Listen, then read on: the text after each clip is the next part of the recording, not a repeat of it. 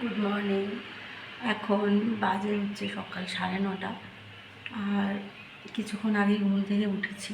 আজকে আমি 3 দিন পর ব্লগ শুরু করলাম। 3 দিন আমি কোনো ব্লগ শ্যুট করিনি। হয়তো ইনস্টাগ্রামে তোমরা দেখে নিয়েছো, এতক্ষণে জেনে গেছো। তো আমি ঘুরতে এসেছি এক জায়গায়, এসে আর ব্লগ করিনি। আমি এই কয়েকদিন একদম ছুটির মতো করে কাটাতে চেয়েছিলাম, সেই জন্য কোনো ব্লগ করিনি। ছোটো ছোটো মিনি ব্লগ করেছি, ওগুলো আছে, ওগুলো হয়তো দেখে নিয়েছো তোমরা। আমি জানি না এই ভিডিওটা আমি কবে পোস্ট করব, তো একটু নিজেকে সময় দিচ্ছি আর কি। তো সেই কারণে কোনো ব্লগ করিনি, এডিট করিনি, কিচ্ছু না, শুধু ঘুরছি কয়েকদিন ধরে। তো 3 দিন পর আজকে মনে হলো একটু ব্লগ শুরু করি, ছোটোখাটো করে রাখি সারাদিন কী করছি। তো সেই জন্য ব্লগটা শুরু করলাম। আর এখানে ওয়েদারটা এতটাই ভালো, মনে হচ্ছে যেন শীতকাল। আর আমরা এখানে এসেছি, একটু রোদ উঠলে একটু ঘুরতে বেরোনো যেত। কালকেও ঘুরেছি সারাদিন, সকালবেলা বেরিয়েছিলাম মুভি দেখি, খাওয়া দাওয়া করে তারপর বাড়ি ফিরেছি রাত্রেবেলা।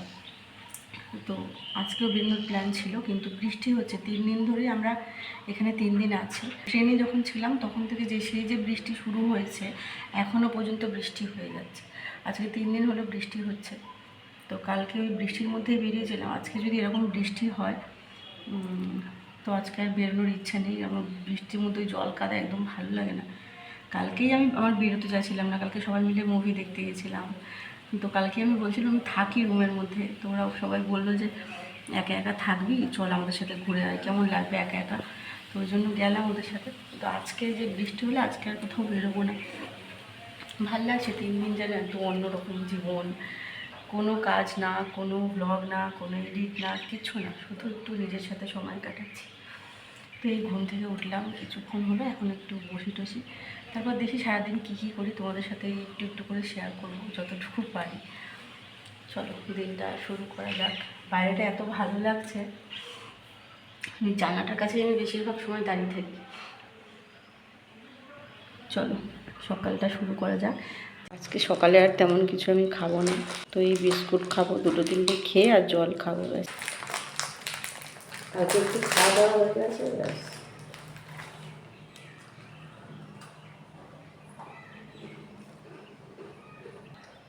ঘুম পাচ্ছে হয় সারাদিন।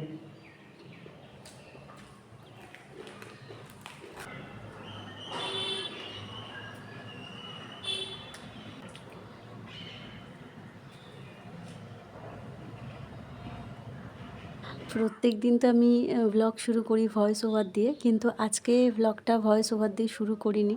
কারণ কি, এখানে ভোরবেলা থেকে এত পাখির ডাক, এত ভালো লাগছে শুনতে, ভাবলাম তোমাদেরকেও একটু শোনাই। তো সেই কারণে ব্লগটা একটু অন্যরকম করেই শুরু করলাম। সকালবেলা আজকে আমি শুধু জল বিস্কুটই খেয়েছিলাম, তারপর অনেকক্ষণ পরে পরে ল্যাদ খেয়েছি। আর দুপুরবেলা রুমে খাবার আনা হয়েছিল, দুপুরবেলা খেয়েছি হচ্ছে এগ কারি আর চিকেন কারি। 2 রকম নেওয়া হয়েছিল, কারণ কি দুজনে শেয়ার করে খেয়েছি সেই কারণে। আর তারপর এটা আরেক দিনের সন্ধ্যাবেলা আমি যখন যেটুকু পেরেছি একটু একটু করে ক্যাপচার করে রেখে দিয়েছিলাম। একদিন সন্ধ্যাবেলা আমরা খেয়েছিলাম মোগলাইয়ের সাথে এখানে ঘুগনি দেয়, জানো তো, একটু ঝোল ঝোল করে ঘুগনি। আমাদের ওখানে কি হয়, শুকনো একটা আলুর তরকারি দেয় যেটা একদম মাখা মাখা হয়, কিন্তু এখানে দেখলাম একটু ঝোল ঝোল করে ঘুগনি দেয়, বেশ ভালোই লাগলো। তো আমি যখন পেরেছি একটু একটু করে ক্যাপচার করে রেখে দিয়েছি। তোমরা জিজ্ঞাসা করছিলে ব্লগ দিচ্ছি না কেন, আমি ঠিক আছি কিনা। আমি একদম ঠিক আছি, তবে মনটা একটু মানে ঠিক ছিল না আর কি, বেঠিক ছিল, সেই জন্য মনটাকে ঠিক করছিলাম কয়েকদিন। ইদানিং করে আমার এরকম হয়েছে জানো তো, যে মাঝে মধ্যেই আমার কিছু যেন ভালো লাগে না, আবার কখনো আমি খুব খুশি থাকি, আবার কখনো আমার কিছুই যেন ভালো লাগে না। কখনো কখনো মনে হয় আমার সাথে যেটা হচ্ছে সেটা ভালোই হচ্ছে আর ভালোই হবে, আবার মাঝে মধ্যে আমার মনে হয় যে আমার সাথেই কেন এরকম হচ্ছে। তো ইদানিং করে এই জিনিসটা আমি ফেস করছি আর কি। তো সেই কারণে কয়েকদিন আমি ব্লগ বন্ধ রেখেছিলাম, একটু নিজেকে সময় দিচ্ছিলাম। তো এই আর কি, এই কারণেই ব্লগ আমি কয়েকদিন দিতে পারিনি। আর এখানে একটা আন্টির বাড়িতে খেতে এসেছিলাম রাত্রেবেলা আজকে একটু বেরিয়ে। তো এখানে ছিল কাঞ্জি বড়া, এই যে বড়াগুলো দেখছো, এটাকে আমি প্রথম ভেবেছিলাম রস বড়া, কিন্তু না, এটা একটা টক টক কাঞ্জি বড়া। আর ছিল রাবড়ি নয়, এটা হচ্ছে রাব। মানে ওখানকার খাবার দাবার একটু অন্যরকম, তবে খেতে বেশ ভালো। আন্টিরা খুব যত্ন করে আমাদেরকে খাইয়েছেন, এটা বেশ ভালো লাগলো দেখে।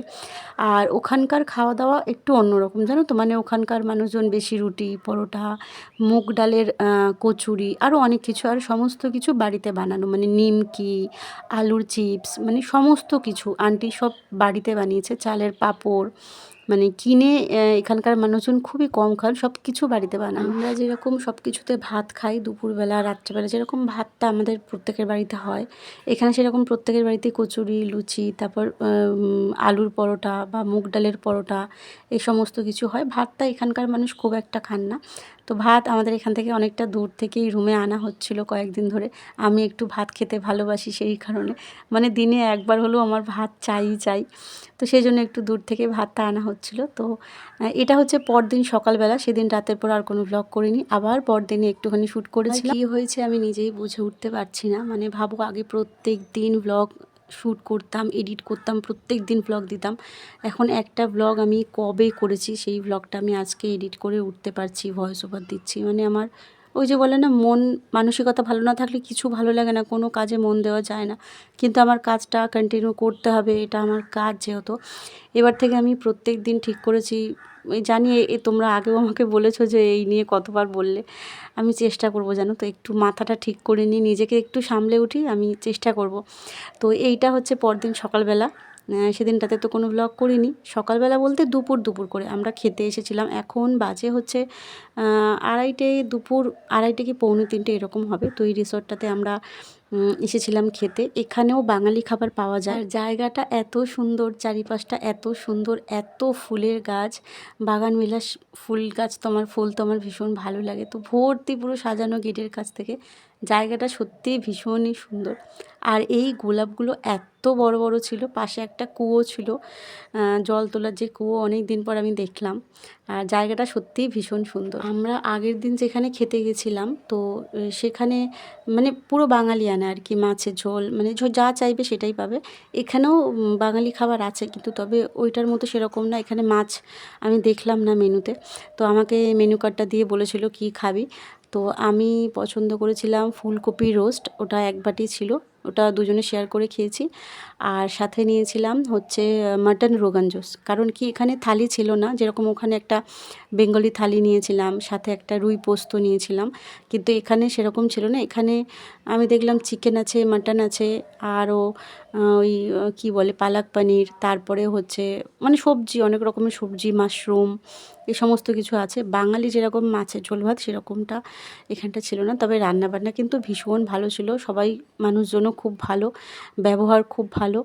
তো এটা দেখে বেশ ভালো লাগলো। ওনারা সময় নিয়েছিলেন 20 মিনিট, তবে 25-30 মিনিট রান্না করতে তো একটু সময় লাগে, তাই না? তো একদম গরম গরম খাবার এই দুপুরবেলা। আর আমার প্রচণ্ড পরিমাণে খিদে পেয়েছিলো, যেহেতু আমি সকাল থেকে বিস্কুট খেয়েছিলাম। আর আমি তো একেবারে বলতে পারো ভাতের পোকা আমি। হ্যাঁ, তো একটু মানে দুপুরবেলা ভাত না হলে যেন আমার মাথাটা যেন খারাপ হয়ে যায়। এখানে এসে জানো তো প্রচুর খাওয়া দাওয়া করেছি, এটা ওটা সেটা, কিন্তু কী যেন একটা মিস করছি জানো তো, ঘরের রান্নাটা। আর আমি তো রান্না করতে এতটাই ভালোবাসি, মানে ওই ঝোঁক ছ্যাঁক যে শব্দটা হয় না, কড়াইতে পেঁয়াজ দিলে, আলু দিলে, মানে রান্না করলে যে শব্দটা, খুন্তি কড়াই, এই শব্দটা আমি খুব মিস করছিলাম। কারণ আমি রান্না করতে ভীষণ ভালোবাসি, আর এই শব্দটা শুনলে আমার কী যে শান্তি হয় কি বলবো। মানে খাচ্ছি অনেক কিছুই, তবে সেই যে একটা বাড়ির খাবার, সেই জিনিসটা খুব মিস করছিলাম আমি। আর রুমে রান্নাবান্নার সেরকম কোনো ব্যবস্থা ছিল না, সেই জন্য রান্নাবান্না করা হয়নি। যে কদিনই এখানে আছি মোটামুটি সকাল থেকে রাত পর্যন্ত বাইরের খাবারই খাওয়া হচ্ছে। কোনো সময় রুটি, কোনো সময় রুটি বলতে পরোটা, কচুরি, ঘুগনি, মোগলাই।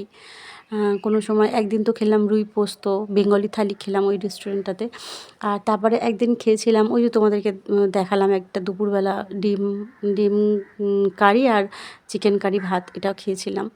আর একদিন আমরা এখানে খেতে এসেছিলাম, আর একদিন ওখানে খেতে গেছিলাম। মানে এই করে করে মোটামুটি বাইরের খাবারই খাওয়া হয়েছে এই কয়েকদিন। আর সারাদিন ঘোরা হয়েছে। আমি তো মানে ঘুরতে যেতেও চাইছিলাম না, ওদেরকে বলছিলাম তোরা ঘুরতে যা। আর এখানে দেখো 4 পিস মাটন দেওয়ার কথা ছিল, দেখলাম ওনারা 5 পিস দিয়েছেন, একটা একটু ছোটো মতো। তো আমরা দুটো করে ভাগ করে নিয়েছি, শেষে একটা ছিল। তো আমাকে বলছিল মাংসটা নে, তো আমি বললাম তুই হাফ হাফ কর। তো ওই জন্য হাফ হাফ করে দুজন মিলে শেয়ার করে খেলাম। তোমরা তো জানোই আমার ঘুরতে গিয়েও রুমের মধ্যে থাকতে ভালো লাগে। আমি একটু মানে ঘর কোনো আর কি, তোমরা এতদিনে বুঝেই গেছো। তো আমি ওকে বলছিলাম যে তুই তুই ঘুরে টুরে আয়, আমি আছি। বলে না, রুমের মধ্যে একা থাকবি। তো ও আমাকে সাথে সাথে করে নিয়ে গেল। তবে আমি ঘরে বসে থাকলে বেশি শান্তি পাই আর কি। যে কোনো একটা ঘর হবে, যে কোনো একটা জায়গায় বসে থাকবো। আমার অত হাঁটাহুটি ঘোরাঘুরি ভালো লাগে না। আমি মানে ইচ্ছে করে করে দুঃখ পেতে ভালোবাসি। ভালো লাগে আমার। আর দুঃখের গান শুনি। আমার জানি না কেন ভালো লাগে, কিছুদিন ধরে আরও বেশি ভালো লাগছে। তো সেখান থেকে একটু বেরোলাম, ঘুরলাম। তো ওখানে খাওয়া দাওয়া করার পর বেশ কিছু জায়গা ঘোরাঘুরি করেছি, যেগুলো তোমরা হয়তো মিনি ব্লগে দেখে নিয়েছো। তো সেই জন্য সেগুলো আর এখানে দিলাম না। আর শ্যুট করিনি আমি বড় ব্লগ, সেই জন্য দিতে পারলাম না। তো তারপর আইসক্রিম খেলাম। এটা হচ্ছে পেস্তা। আমি এইটা কখনো খাইনি, একটু তেতো তেতো লাগছিলো। তবে সবুজ রং দেখে আমি থাকতে পারি না জানো তো, সবুজ রঙের আইসক্রিম দেখে বললাম খাবো। আমি কোনোদিনও এটা খাইনি, ফ্লেভারটা কীরকম আমি জানতাম না। একটু দেখলাম তেতো তেতো লাগছিলো। তো ভালো লাগছিলো। আমার সবুজ রঙটা দেখলে কেন জানি না এত মানে হয়, খুব ভালো লাগে, আমার চোখটা যেন জল করে ওঠে যে সবুজ। তো এখানে এরকম গাড়ি করে আইসক্রিম বিক্রি হয় জানো, মানে এরম আলো জ্বলে, তারপর বাদাম দুধ পাওয়া যায়। ও খেয়েছিল বাদাম দুধ, আমি আইসক্রিমটাই খেয়েছিলাম। তো তারপর রাত্রেবেলা মোমো নিয়ে বাড়ি ফিরেছি। রাতে আবার কি খাবো, আবার কোথায় খেতে যাব, সারাদিন হাঁটাহাঁটি করে আর ভালো লাগছিল না। আবার ভাত তরকারি এখানে অনেকটা দূরে পাওয়া যায় এখান থেকে, তো আনতে যাওয়া অনেকটা ঝামেলার ব্যাপার। ওই জন্য আমি বললাম যে আমি মোমো খাবো, আর ও খেয়েছিল ইডলি। তো সেই কারণে এইখানে মোমোগুলো দেখো 10টা মোমো দেয় এই প্যাকেটের মধ্যে, স্যুপটা দেয় না, ওখানে দাঁড়িয়ে খেলে স্যুপ পাওয়া যায়। তো আজকের জন্য এইটুকুই, কেমন লাগলো জানিও।